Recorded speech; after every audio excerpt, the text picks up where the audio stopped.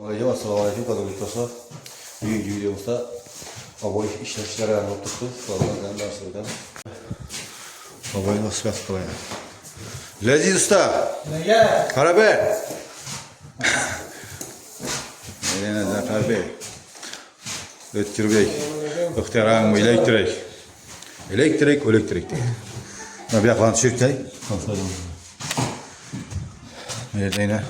Natıcıdan el bitmedi bu.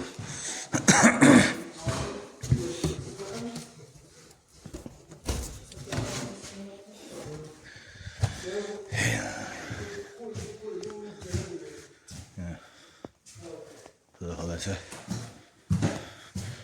Google'lar para yönetik doğrulanıp işlendim onu.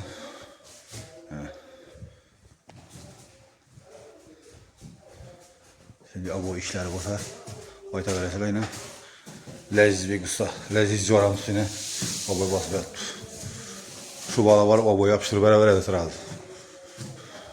Ha leziz. Çok gelip işlendi yani.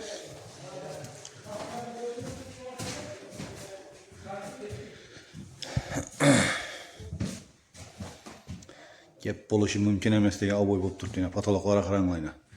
Sezar kompaniyasi bu narsasi ishlab ketdi bu yerni. Natija o'yin. Ha, dahshat.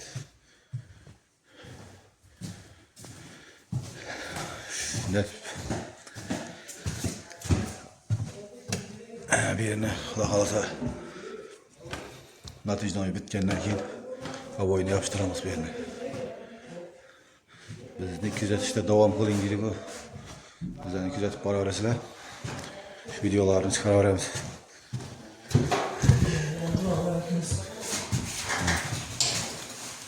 Aboy ishlash jarayonlari beri koridor bu. Kichkina.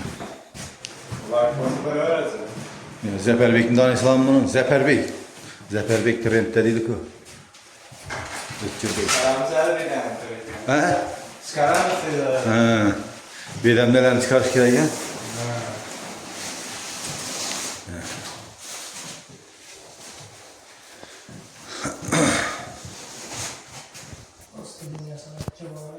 Aboy patproylarga doğullab, короче, 2 solo şpagolovkisi 40 mingdan başlanadi. Aboy. İşine qarabdan gelişib işləyiramiz. Pökek dilli bo'ladi. Zalatiski urulsa yana 5 ming so'm qo'shiladi. 10 ming so'm bo'ladi shunda metr.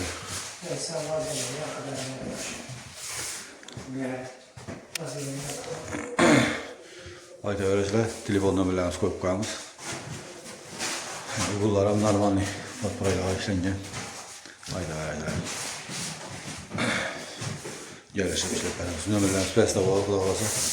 Shu bilan bugungi videomiz tamom. Sog' bo'linglar, salomat bo'ling.